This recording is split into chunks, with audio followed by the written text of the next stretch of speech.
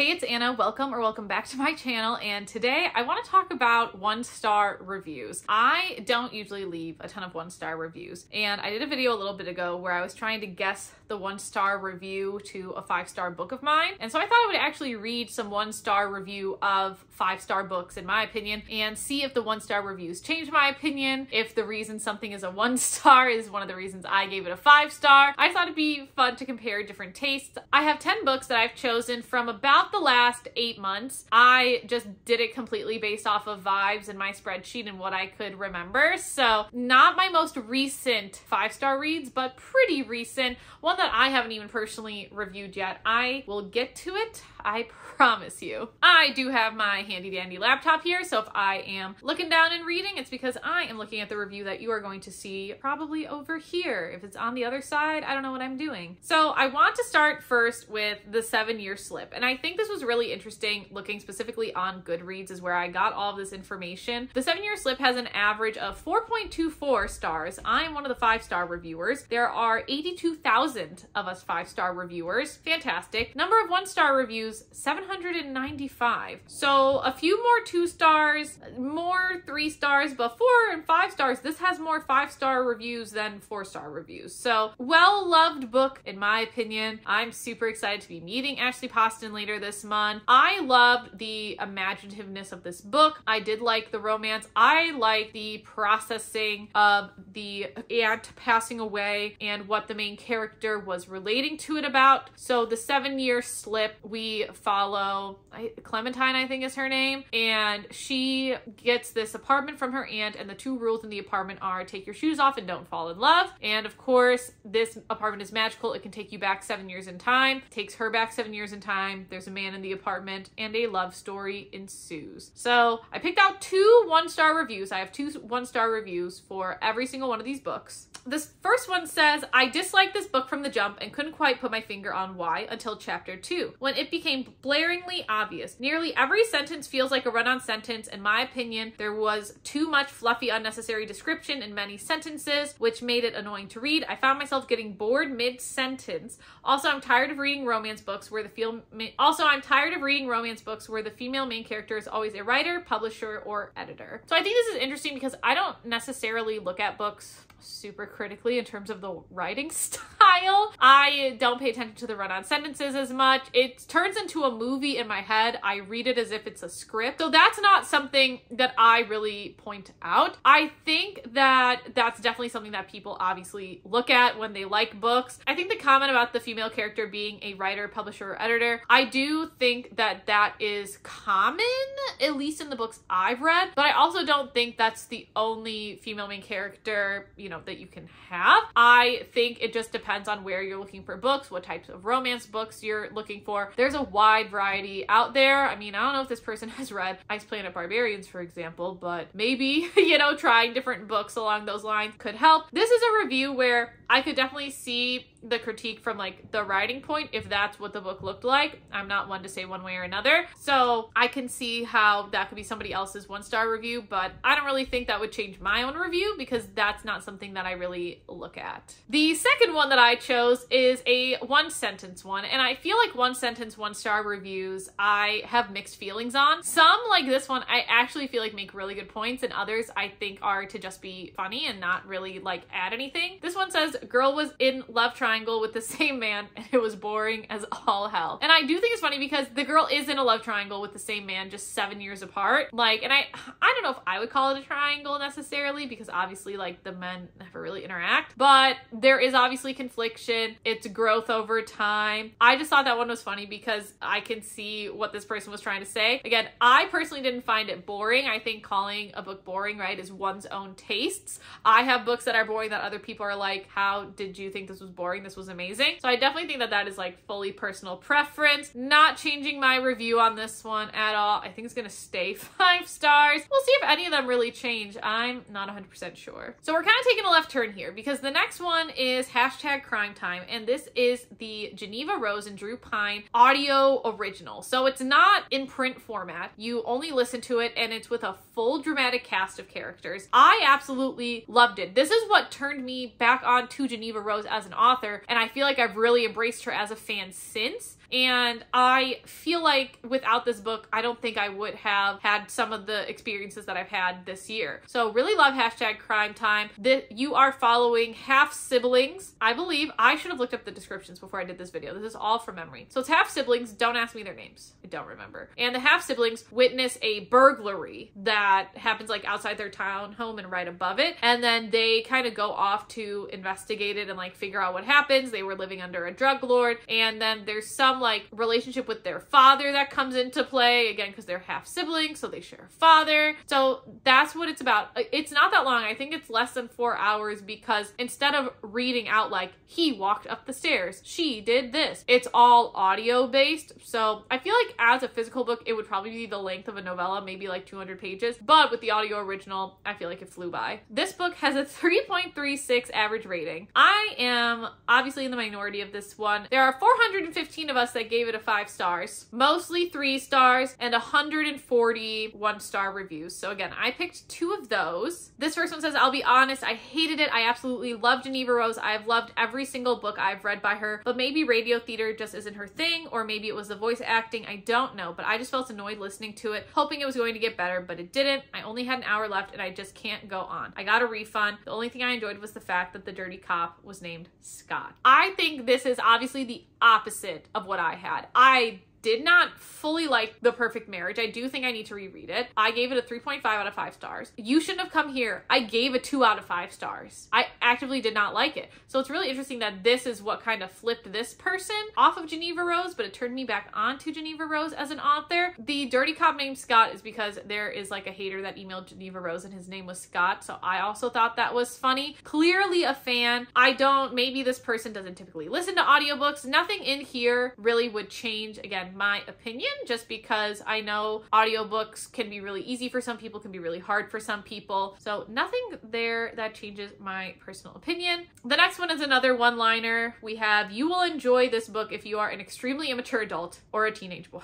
And I feel like this could be fair, right? I feel like when I'm reading, I'm not the most mature adult in the world. For example, I like the miscommunication trope. Give me something a little quirky and I like it. I feel like this is a surprisingly valid quote for me, at least, because I feel like I can recognize that my reading tastes are not like the most upper crust. They're not the best of the best. I'm not reading classics. I don't like to read things when there's too many long paragraphs. This is definitely more my speed. So I will take this as a critique on myself, and clearly I enjoyed it as an immature adult. So my rating will stay 5 stars. Our next book is Kiss the Girl. I love The Little Mermaid. This is the 3rd book in the Meant to Be series. The Meant to Be series is where authors turn Disney stories on their head to become like more modern romances. If you don't like Disney, don't pick it up. If you don't like pop culture references, don't pick it up. Those are already the 2 things where, like, I even said that in my review, where it's like, I can already tell that if you don't like these things, you're not gonna like these books, because since they're modernizing the Disney story, there's obviously gonna throw in pop culture references, and then it's a Disney, and not everybody likes Disney. The average rating for this is a 3.9 with 4,942 reviews. I am part of the 1,225 people that gave this 5 stars, mostly 4 stars. This only has 37 1-star reviews. I still found 2 that I feel like were applicable. I think only 8 reviews were public or something like that. I don't fully know, but that's kind of what I got from Goodreads. Maybe I didn't know how to fully use it. So this one says, I feel really bad giving a 1-star review, but I hated this book. Usually these modern day fairy tales, while corny, are still very cute and believable. This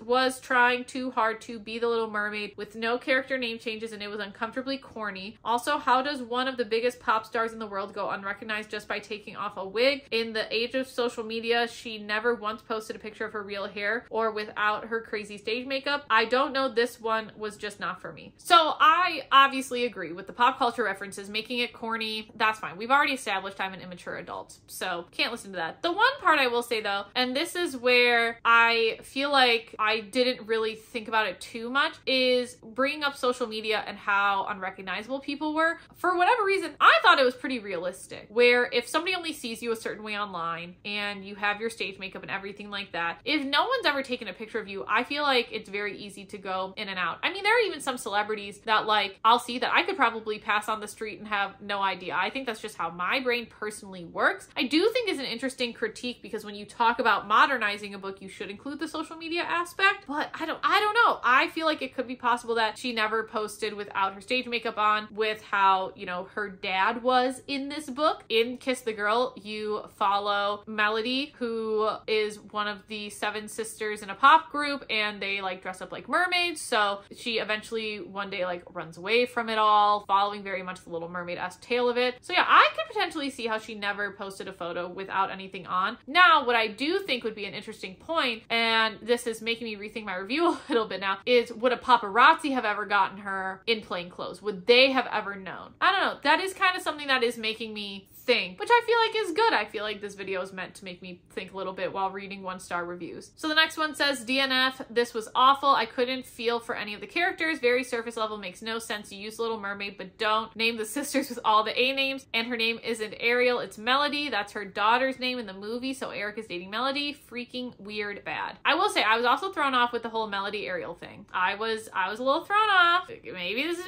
me rethinking my review a little bit. I don't think that they needed to name every sister with the letter A. I don't think it was like that serious going forward, in my opinion. But you know what, the Melody one, I will admit that's a little weird. So I feel like if I had read these 1-star reviews realistically in the moment, I might have changed my reviews to a 4.5 out of 5 stars, now that I'm thinking about it. So this is really the first one where if I had read these at a different time, I could have changed my review. Maybe I should start reading 1-star reviews before doing my reviews, but I don't know if that's actually like fair to do, or because if I read a bunch of 5-star reviews, I'm probably gonna agree with those too. Next we have Take a Hint, Denny Brown. This has 100,000 reviews. The average is a 4.02. I am part of the 31,000 that rated this 5 stars. This has 855 1-star ratings. So Take a Hint, Danny Brown is the second book in the Brown sisters like trilogy. I didn't like the first one. Third one was okay. I love Take a Hint, Danny Brown. This was following the oldest sister, Danny. Danny is an adjunct professor, and one day during a fire drill, she gets like stuck in an elevator because she didn't know there was a fire drill. And Zafir, the security guard on campus, rescues her. They become a social media sensation, and they decide to start a fake relationship to capitalize on their social media fame. Listen, there's fake dating, there's setting, you know, like clear feelings and the feelings change. I personally loved everything about it. So obviously there were over 800 1-star reviews though. So let's see what people had to say. The author's heart is probably in the right place, but as a Muslim, I feel offended that the main love interest engages in extramarital sex. I know Goodreads is pretty much exclusively an Anglo-American community, and adultery isn't a big deal to you, but that isn't the case with Muslims. I don't see the point of writing about a Muslim character if you're going to pigeonhole us in your Western cookie cutter perception of relationships. While non-practicing Muslims do exist, writing a Muslim character who has a lifestyle similar to yours undermines the whole point of representation. I'm not Muslim at all. I feel like this person makes a very good point. I feel like with even rethinking my own book that I've written before, I made one of the characters black. And I think part of the reason I want to go back and edit it is, while I think it's important to have diversity in books, I think you have to do the community justice. You have to do your proper research. And I don't think I did my own research in my book. Clearly, this author did not do research in their book. And I think that can be more harmful than helpful, because I didn't necessarily even think that the representation was poor Muslim representation. I thought, you know, that these were characters that came from different backgrounds and were able to find common ground. That's clearly not how this reviewer feels, and you know, they're speaking for somebody who is Muslim, but I think that's something where if I had read this before, this would have definitely changed my review of it, because I don't necessarily want to be uplifting books that are putting other people down. So I feel like this comment would inspire more research from me and probably have me hold off reviewing the book until I can see what other Muslim folks are saying about this book, because again, I can't speak from that perspective. That has to be something that I get, you know, from other people. So I think reading 1-star reviews like this will make me a better reader and will hopefully have me picking out books that have proper representation, especially since this book is a contemporary romance. I feel like the representation should be fairly accurate, not like, you know, a fantasy book where you're making up everything, or a historical fiction book where maybe, you know, practices have changed over the years. Since this was contemporary, I feel like it should reflect contemporary times. So this one is really making me rethink my my 5-star review. The second one is, I very much enjoyed book 1 of the series, so I eagerly anticipated this book. Does it count as finished if I skipped most of it? The hero Zafir is a dreamboat. Is that word still in play? The heroine Danny walks a fine line between confidence and preening arrogance and decides to just gallop towards abrasive behavior. She was so unlikable to me and that I just couldn't stick with the book. I like how this person said to me. Obviously, I didn't feel that way about Danny at all. I think this is interesting because, again, I didn't like the first book, but I like the second book, so we kind of have a flip in ratings. I feel like this is one where after reading the 2 reviews, especially the first one, I wouldn't necessarily want to rate this at 5 anymore, but I don't know necessarily where I would rate it. I feel like that's something that I would just have to do more research for to give a fair rating, but I do feel like this is another one where I would kind of take back my 5-star review. Next, we have a book that I think has a giant cult following. Listen, I rated this 5 stars. I get it. I'm part of it. It's Funny Story by Emily Henry, which has more 5 stars than any other, rating, with 121,000 5-star reviews. There are 250,000 ratings, so almost half of the ratings are 5 stars. We have mostly 5 and 4 stars, very few 3s, very few 2s, and only 563 1-star reviews. The average is a 4.34. In this one, you have Daphne, who her fiance breaks it off with her. She moves in with her ex-fiance's new fiance's ex-boyfriend named Miles. Kind of a weird situation. And she goes, in my opinion, she goes on this kind of discovery journey of Michigan where they live. She then, of course, has to figure out what's going to happen with the wedding invitation that she gets to go to her ex-fiance's wedding, and of course, figuring out her relationship with Miles during this time. I'm not surprised there's gonna be 1-star reviews of this one. We're gonna see if any of them change my mind. I felt personally connected to Daphne. I feel like I could see a lot of my husband and Miles, so let's see. The first review says, the main character spends the entire book complaining about how she built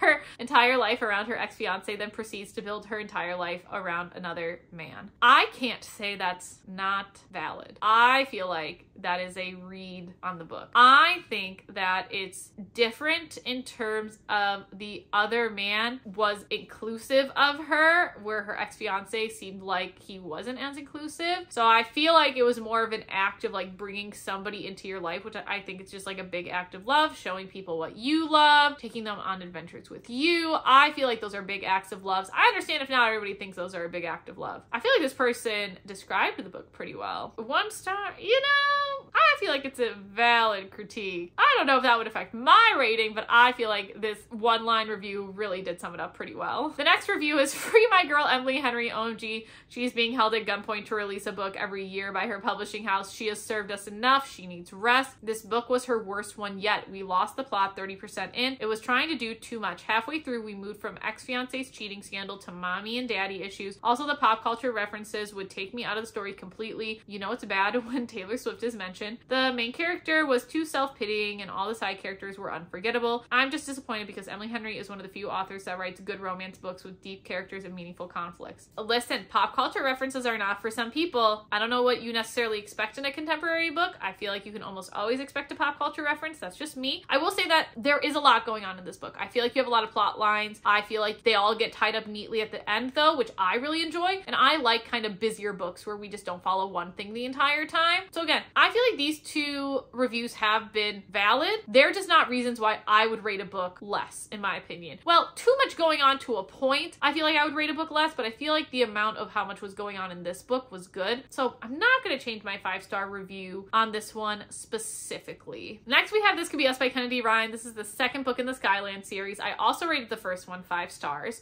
This book is a 4.44 average reviewed book. I feel like that's pretty good. 16,000 reviews, 9,000 5-star reviews. I am one of those. And we have 30 1-star reviews. I did find 2 1-star reviews that I feel like were pretty easy to talk about. So those are the ones that I chose, but I don't think I was able to see a ton necessarily either. So this first one says, this book gave part 53 of Who the fuck did I marry?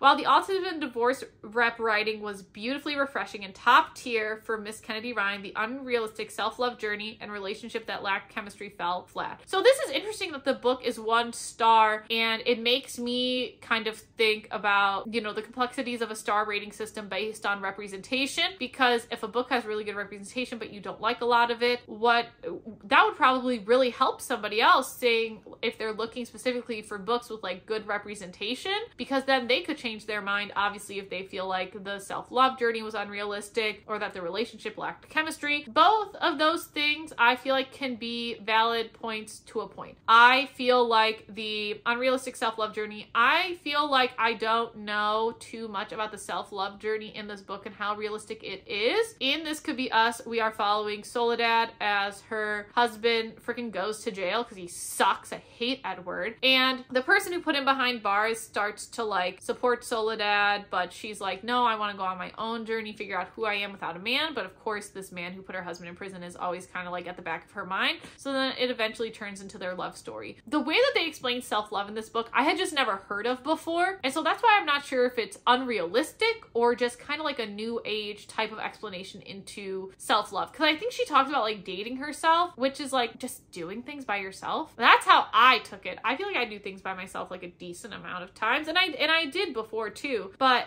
I don't know. So maybe that's what they're talking about with the unrealistic self-love journey. And that's where I don't know if it's unrealistic or I just don't know as much about it. And then a relationship that lacked chemistry. I feel like we know that the main male character has some neurodivergency that is not fully explored in the book. Like it's not fully defined, but I feel like because of the autism representation and the neurodivergent tendencies that the main male character has, I can see how like it feels like it lacks chemistry or there's different ways of expressing your love again. So I can see how like people can read the book like that. Is this gonna make me change my review? No, not this one. So sorry.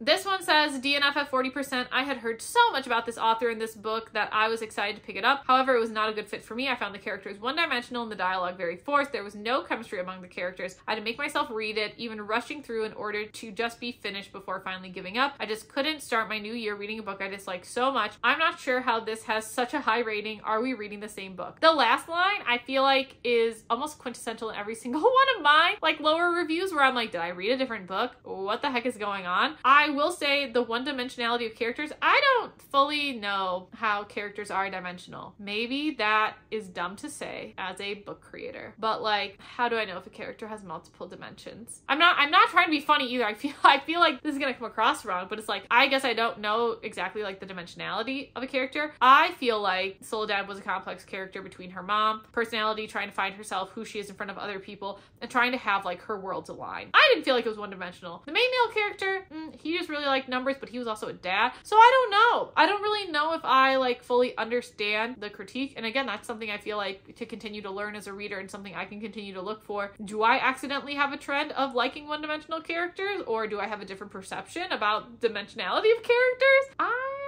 don't know. I will say I don't think it changes my reviews for me. I think these are obviously, everyone can have a different experience with the book, but this is definitely making me think of what does it mean to have a multi-dimensional character? Is that the right term? Now I'm going to be thinking about this for the rest of the day. I had to throw a Frida McFadden book in there, so I decided to throw in The Teacher because her most recent book, The Housemaid is Watching, was not a 5-star read for me, so I did my last 5-star read with her, which was The Teacher. I was a teacher. I just want to throw that out there. The average rating is a 3.96 with 323,000 ratings. Most of them are 4 stars, but 106,000 of them are 5-star reviews, which I feel like is pretty good. And there are 5,101 1-star reviews, which I feel like that's the most 1-star reviews we've seen so far. So I had a lot to choose from. There were some really long 1-star review on Goodreads, and I didn't choose anything too long. I don't know if I should have, if that eliminated stuff. I chose ones that I thought were a good length and gave me either a good bit of description or the 1-star reviews that I thought like made the most sense and made me think. So I have this longer review and then I have a shorter one after this. This one says, if I were to describe the actions in this book, I'd say they are A, unrequired, adding nothing to the plot, filler episodes, and B, weird, who thought this was a good idea episodes. Aside from having no substantial plot other than a highly uncomfortable teacher-student relationship, the characters were what had me throw my Kindle across the room. Everyone was equally bad, but our main character, whose entire personality are her shoes, was the last straw for me. I've seen people mention My Dark Vanessa into the reviews, and I do see the connection. However, while that that book draws attention to how dangerous the subject is, this book almost portrays it as a silly thing, which I cannot in a million years oversee. I don't disagree with the more silly perspective of this book for the teacher. So we have a student-teacher relationship, and obviously, of course, because it's a Frida McFadden book, the wife is also a teacher in the school, and the wife like kind of puts together what her husband's doing, and it ensues in your classic Frida McFadden twisty way.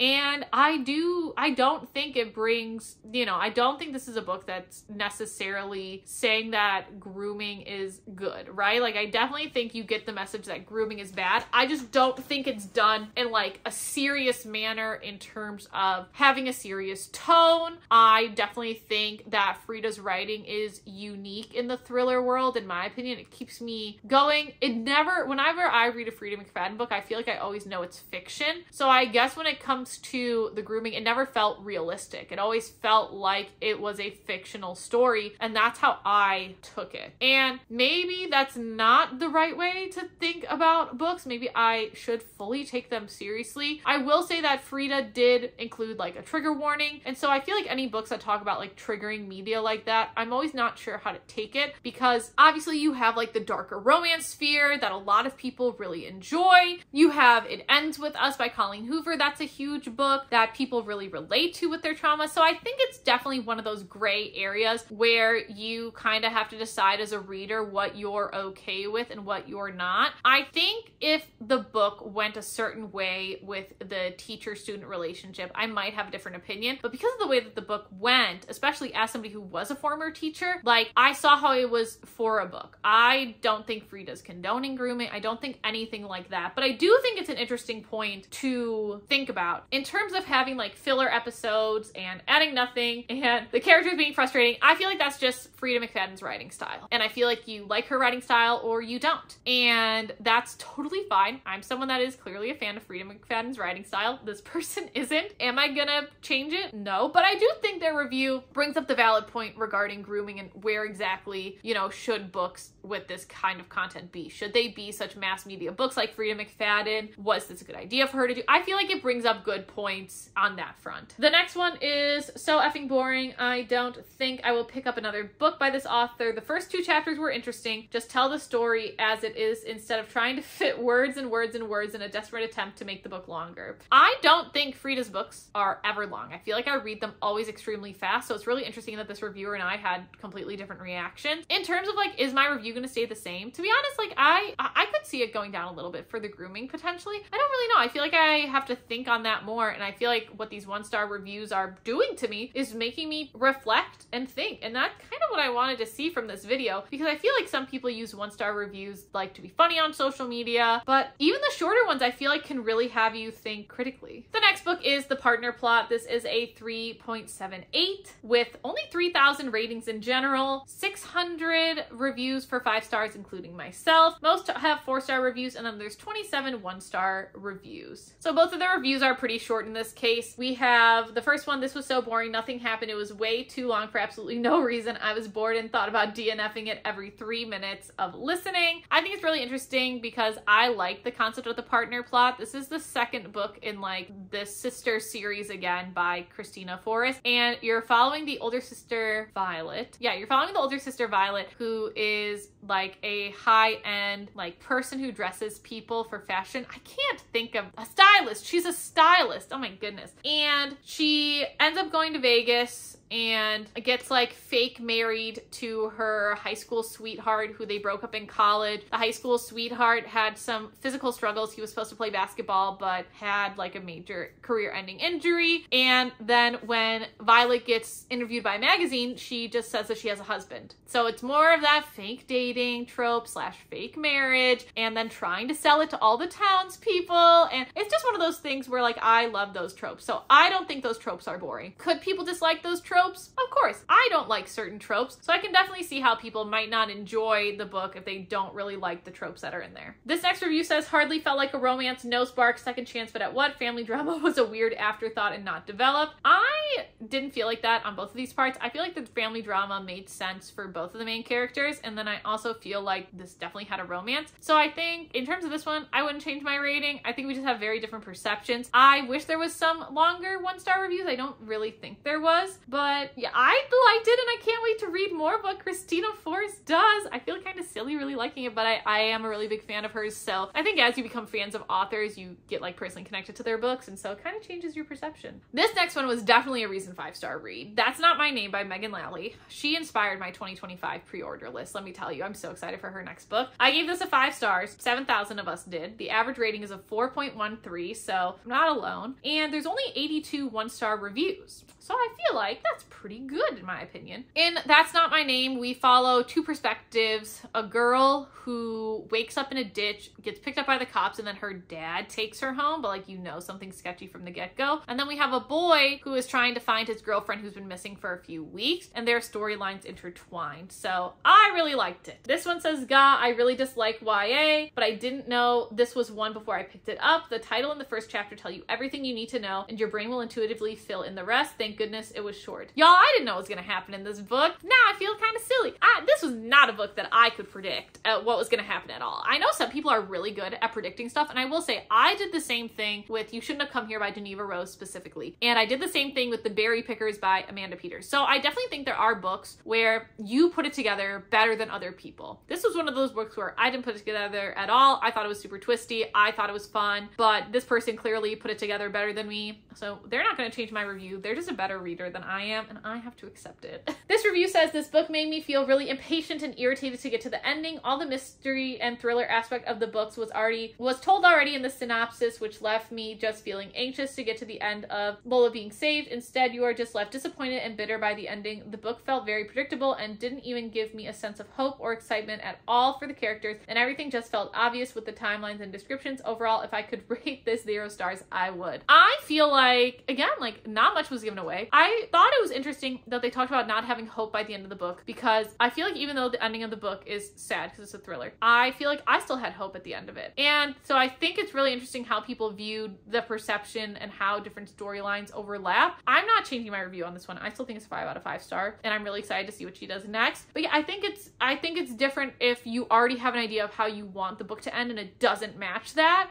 Then I can see how that's sad. Or how I take it when I guess the book ending's wrong is that I'm just a little silly goose and the authors are smarter than me. So that's just how I perceive them. The last 5 star, and this is a shock to me, is Wildfire. The same person who wrote Icebreaker. I didn't really like Icebreaker. I gave Wildfire a chance. Wildfire, we're following, I don't know, I just remember his nickname is Muffin. I really wish I remembered his name. We follow him and a girl named Aurora. They're at a hockey party together. They hook up, they have miscommunication, and they end up at the same summer camp being counselors. So they have to like navigate their little awkward miscommunication in a little camp setting and figure out their own personal issues. I really liked it. I feel like everything was wrapped up really nice. I feel like the pacing was pretty good. I really, really enjoyed this, and I really did not like Icebreaker. So I'm very curious to see what Hannah does in the 3rd book, but these people who wrote our 1-star reviews probably aren't picking it up. The first review we have is, "This was worse than Icebreaker. How are people liking this? Are y'all high on cheap drugs? Hello? There was literally no plot and too many daddy issues that it was both the main character's entire personality. Curious how this was approved to be released. This needs a major rework." I will say, I don't feel like it needs a major rework. I can definitely see how people don't like that there's too many daddy issues in this book. I do agree there's a lot of daddy issues. This is the first book I've read, in my opinion, where I feel like both the female and male character both have specifically father issues. I was trying to think when looking at these 1-star reviews if I've read a book in a similar situation, but I don't think I have. And I don't know if that turns people off for everyone to have like daddy issues, if it was different if one had a problem with their mom and one had a problem with their dad. I don't know. But I feel like that was an interesting point that this 1-star reviewer brings up. And then literally no plot. I felt like there was a plot that you could dig into with the summer camp, but I can definitely see how people don't agree that that's a plot. I also throw around the word plot a lot as if I'm 100% expert on what plot is. I'm not 100% expert. I have an idea of what like a plot-driven book is and a character-driven storybook is, but when you get into this realm of having so many like character storylines explored, is that plot, I can see how it's definitely complex. Wouldn't make me change my rating, but I can see how this review like makes sense. The second review is where do I even begin? This book was asked, let's start at the beginning. Now, unfortunately, I've been to the frat parties. I've been to the hockey team parties. I've been to the club hockey team parties, and they suck. I don't know if the author has ever had these horrid experiences, but obviously she hasn't. Also, has she ever had a conversation with a human being before? People don't talk like this. Aurora is a effing,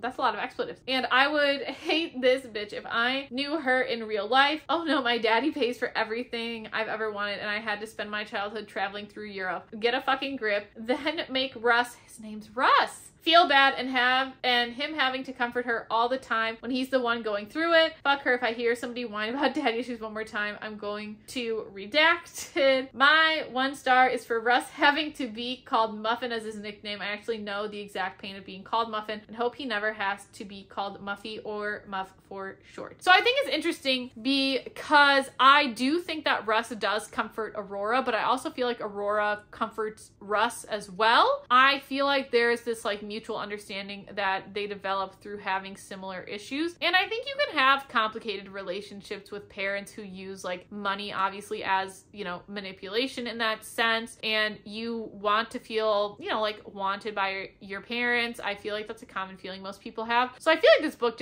I think it did a good job looking at the complex relationships. I do feel like Russ was still supported by Aurora in this book. Maybe I need to reread this. I clearly didn't get the same perception as this person, so I wouldn't change my rating of this one, but I do think it's useful to read some of the 1-star reviews to at least get my mind going. So overall, I pretty much stick to my reviews, but I think I'm open to re-looking at some reviews by looking at 1-star reviews and seeing what other people's opinions are. And that's honestly why I like having book clubs so much and having a place to discuss them. Even just being able to talk about the books out loud with you is helpful. I think if I just kept it all in my mind, I don't think I would grow as a reader, but being able to reflect on reading books that I don't think are problematic, that might turn out to be problematic, or having books where I have a completely different perception than the main character. I think it's just another way for me to continue to grow as a reader, and I was never someone that really read other reviews before books, but I feel like that's something I should start doing to really prepare myself for certain books. So let me know what you thought of some of the 1-star reviews. If you've left 1-star reviews, definitely let me know. I would be so interested in reading them. I am curious to see what the rest of June looks like. I am doing my readathon next weekend. I don't want to hear that it's early in the month. I will explain more there, and then I have some super exciting stuff for the next few weeks. Let's hope I can eventually think of ideas because I'm running out again. So if you have an idea, drop it in the comment, and I will see you in the next one.